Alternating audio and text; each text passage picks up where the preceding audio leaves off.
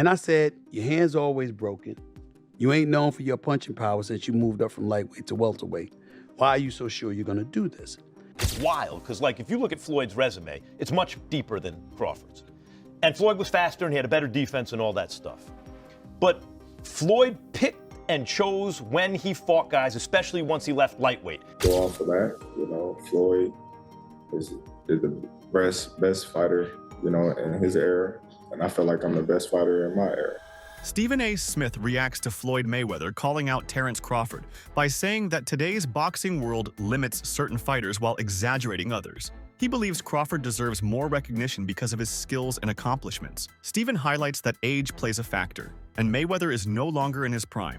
According to him, the narrative should focus on Crawford's dominance, rather than unnecessary comparisons or hype that take away from his true greatness. Think about what he had to say about you when he said, you're way better than Floyd Money Mayweather. I know you heard that he said that. What thoughts came to your mind when you heard that Canelo Alvarez said that about you? Hey, that's a big compliment. He's been in the ring with both of us, so he would know, from his own experience.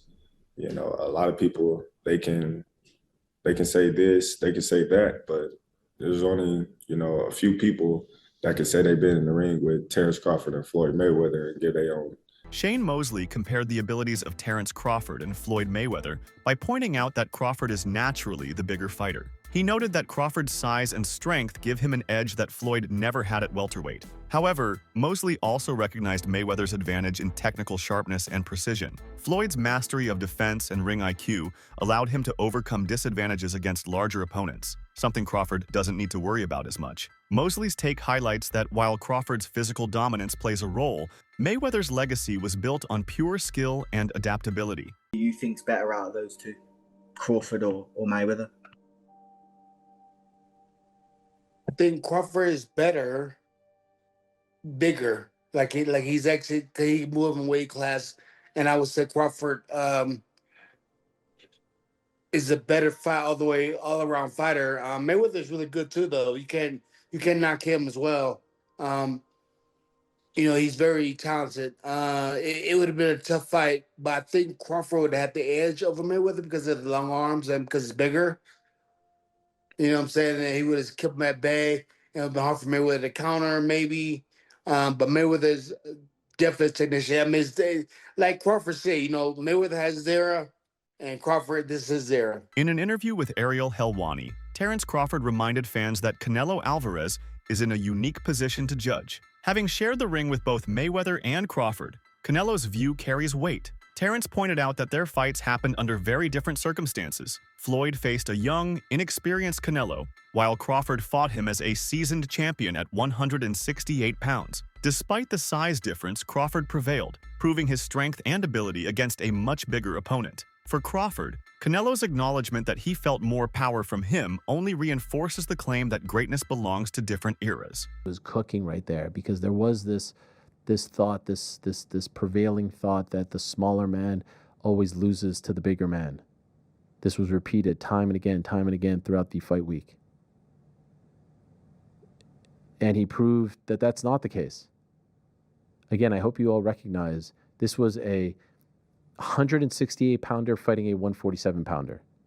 He had one fight at 154 last August, was the undisputed king at 147, beating Errol Spence in July of 2023, came back the following year,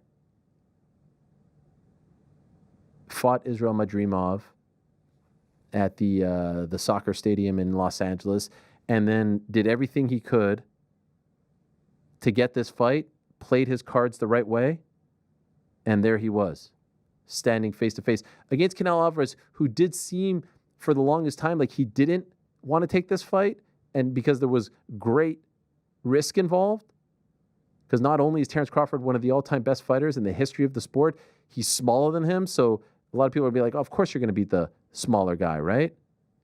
But I think Canelo recognized, yeah, he might be smaller, but he's that damn good.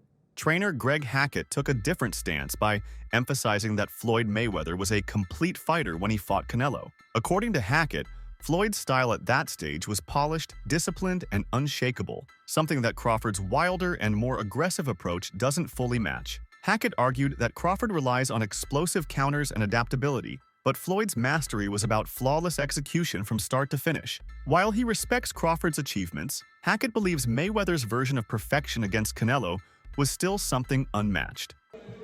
The Floyd Mayweather that Canelo Alvarez fought. Yeah. In the last version of Terence Crawford that we've seen in the ring.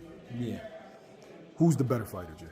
Of course you got to give it to Floyd. Floyd at that time, Ben, what's up? Floyd at that time versus Canelo was in total confidence. His skill set, his IQ, you know what I'm saying? Everything he do, he was just a complete fighter that night.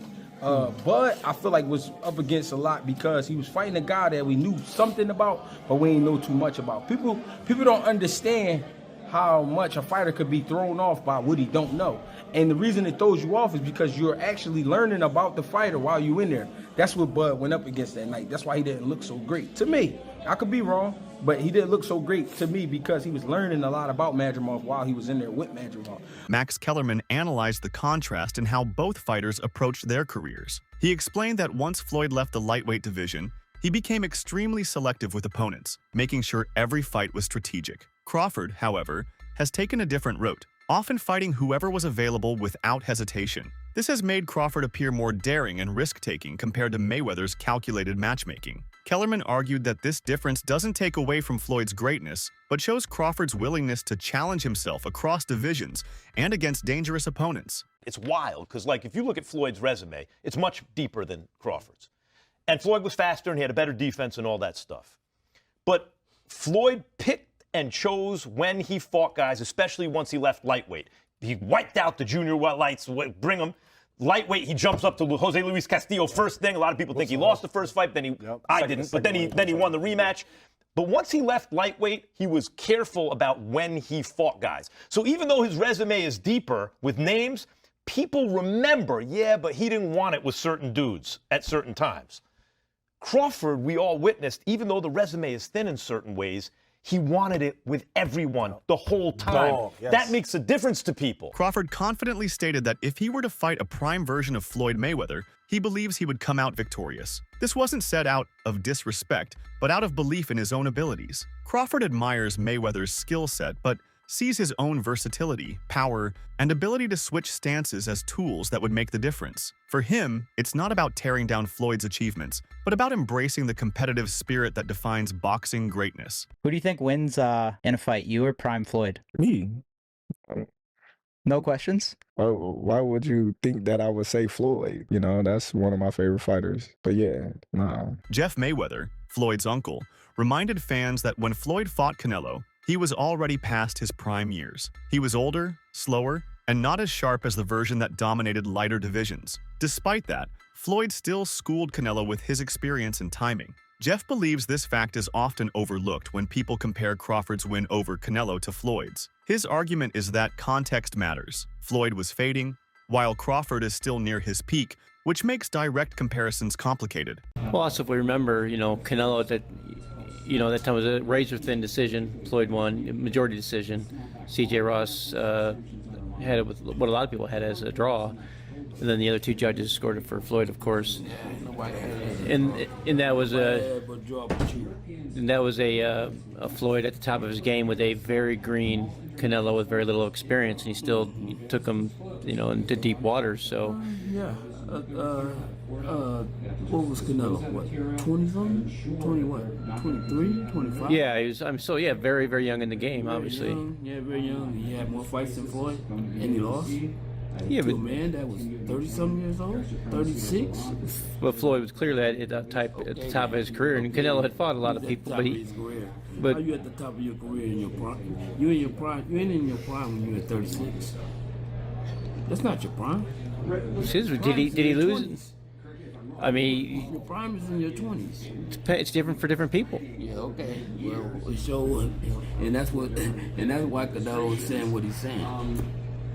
I mean, don't you? I want to mean, make himself look like he did something great. Stephen A. Smith gave his perspective on Crawford's victory over Canelo, calling it one of the most entertaining performances in recent memory. He praised how Crawford, despite being seen as the smaller and weaker man, completely outclassed a much larger opponent. For Stephen A., this fight showcased not only Crawford's talent, but also his ability to deliver a spectacle for the fans. He highlighted how boxing needs fighters like Crawford who bring both skill and excitement, making each bout unforgettable. 90,482 people showed up for this fight.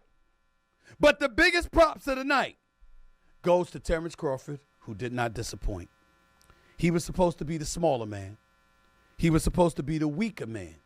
He was supposed to be the man that was going to spend the entire night on his bicycle, running for his damn life because Saul Canelo Alvarez was coming his way. That is not what happened. What happened instead, ladies and gentlemen, was a masterclass in boxing by Terence Crawford. Now, to me, the fight, some people were saying it was just severely lopsided and stuff like that. I'm not going for that. I'm not feeling that at all. It wasn't like that at all, okay? I had the fight 5-4 in favor of Terence Crawford after 9 rounds. It could have gone either way. And then he basically put on a boxing clinic over the last 3 rounds of the fight. And one rounds 10, 11, and 12. He used his jab. He kept his distance. He exchanged when necessary, which is something that I was scared to death of him doing. But he wasn't scared at all. Okay? Another boxing analyst acknowledged that Floyd Mayweather has the bigger global fan base due to his long undefeated streak and massive pay-per-view presence. However, when it comes to pure talent, he argued that Terence Crawford might actually surpass him. As a natural southpaw who can switch seamlessly between stances, Crawford's style is unpredictable and difficult to solve. His timing, accuracy, and calmness in the ring allow him to control fights in ways that remind fans of Mayweather, but with his own unique twist. Terence Crawford versus Floyd Mayweather Jr. Who wins this fight? I'm going with Terence Crawford, and I don't think that's unpopular or crazy to say. I think most people will agree with me. I understand Floyd Mayweather has a lot of fans out there, but the truth is, as great as Floyd Mayweather is, Terence Crawford is one of one. And I say that because who else has knockout power in both hands, is able to switch stances between orthodox and southpaw so seamlessly while having great footwork? It's not like Terence Crawford is some stationary target or a flat-footed fighter that's going to be chasing Floyd around. Terence Crawford knows how to cut the ring off. He has tremendous ring IQ. And not only is he a great boxer, but he's a great fighter. He'll be able to make it dirty. If he is on the inside with Floyd, that power will carry him far. And I just don't see how Floyd will be able to beat a Terence Crawford. I really don't see it. I understand Floyd's defense is incredible, but he is smaller than Terence Crawford. Terence Crawford would have a significant reach advantage on Floyd Mayweather. I believe Terence Crawford would also be taller than Floyd Mayweather, as well as all the skillful and technical aspects of what I just laid out prior. So I don't understand how anybody could pick Floyd Mayweather to beat Terence Crawford. Styles make fights, and I believe Terence has the style to beat one Floyd Mayweather. Let me know what you think in the comments below. Whether you agree or disagree, it doesn't matter. Join the discussion, subscribe for more, and leave a like if you enjoyed the time spent. Thank you. You are all appreciated. Many within the boxing world remain skeptical of the constant comparisons between Floyd Mayweather and Terence Crawford. They argue that Mayweather's dominance was truly one of a kind and cannot be replicated, no matter how successful Crawford becomes. To them, Mayweather's defensive brilliance, unmatched ring IQ, and ability to control fights with surgical precision set him apart in a way that no fighter has duplicated. On the other hand, critics claim Crawford's rise is being fueled more by hype than reality, with fans desperate to crown him as the successor to Floyd's throne.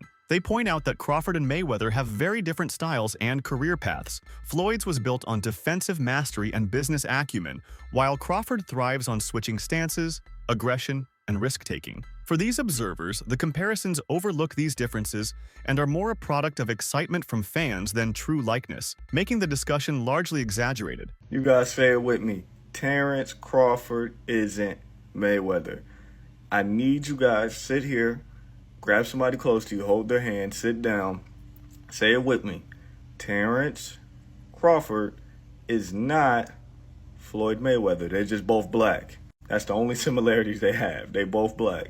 Terence Crawford loves being hit. The guy likes to scrap. He likes to brawl. Terence Crawford isn't even an Alexander Usyk. This guy loves being hit. He gets a thrill out of it. He sticks his tongue at his opponents when he is hit. Look at that. He enjoys that stuff. He tends to fight with low hands at times. He tends to exchange and brawl in the pocket, plant and fire, despite him having really great feet. Sometimes he likes to sit there and fire. You have Terence Crawford being Canelo, that's fine. I get you. But don't bring up Floyd Mayweather.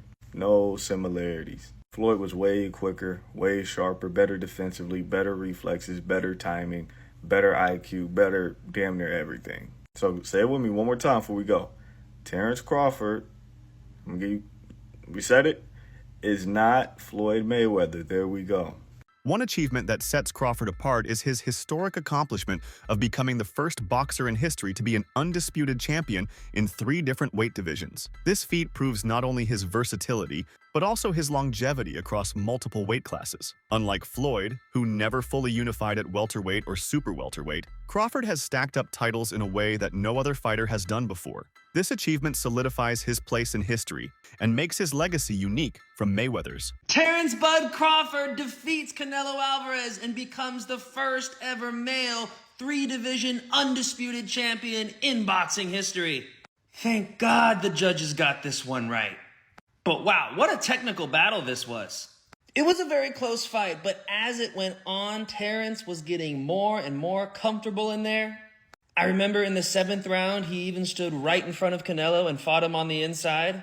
Then in rounds 9 through 12, Crawford really started to open up on his flurries, gaining Canelo's respect. But the reason Crawford won this fight was because he was surprisingly durable at 168. He was able to do his thing because for the 36 minutes he was in there with Canelo, he was never really worried about what was coming back at him. I mean, Canelo just kept going to Terence's right side of his body, and that stung a couple times, but those were the really only hard shots Canelo landed. Unfortunately, this is terrible for Canelo's legacy because the smaller men beat him up, and Canelo's kind of been cherry-picking his opponents the last couple years. But well-deserved for Terence Crawford. It's going to look amazing on his legacy. Boxing got it right tonight. On the biggest stage, with the most eyeballs, no controversy, just pure sport. And one of the best ever at the sport got it done tonight, Terence Bud Crawford. After defeating Canelo, Crawford shared how seriously he took the preparation for that fight. He explained that his entire training camp was focused on building strength and conditioning his body to withstand the challenge of moving up to 168 pounds. Crawford made it clear that his victory wasn't about luck, but about careful planning, discipline, and belief in his own preparation. His recap shows how committed he is to ensuring that every fight adds meaningfully to his career, proving that his era belongs to him. Everybody was saying, the people that ran with that narrative convinced me that that was a narrative because I don't know the world as much. The thought of not having to lose weight is probably a happier. Was it how was camp? Good camp? It was great. You know, it wasn't a camp that we was focused on weight, you know, so we could just focus on my craft and focus on, you know, getting stronger, which we was already strong, you know, but, you know, we don't know what we up against. So, you know, we definitely want to make sure our body is prepared for whatever onslaught Canelo brings. So, of course, you know, we're going to, you know, cross our I's and dot our T's. And, you know, that's what we did in training. You looked unbelievable. You looked absolutely unbelievable. Not that you ever don't, but it's just like, God, this guy looks like he is very prepared. And then as the fight continued, it felt that way. Turkey Al-Sheikh deemed you the fighter of the century. And obviously Ring Magazine and TKO come together to put this incredible event together. What has it been like, you know, with the modern world of boxing now, that Riyadh season has gotten involved? And obviously Dana and Nick Khan of the WWE. And it feels like anything is possible in the boxing world now. Is that the big takeaway that we should think after you and Canelo fight and have the success? Or how do you kind of view it all? Yeah, for sure. You know, anything is definitely possible. You know, when a lot of people kept saying that, what I was trying to accomplish. That's it for today's video. Stay tuned. Until next time.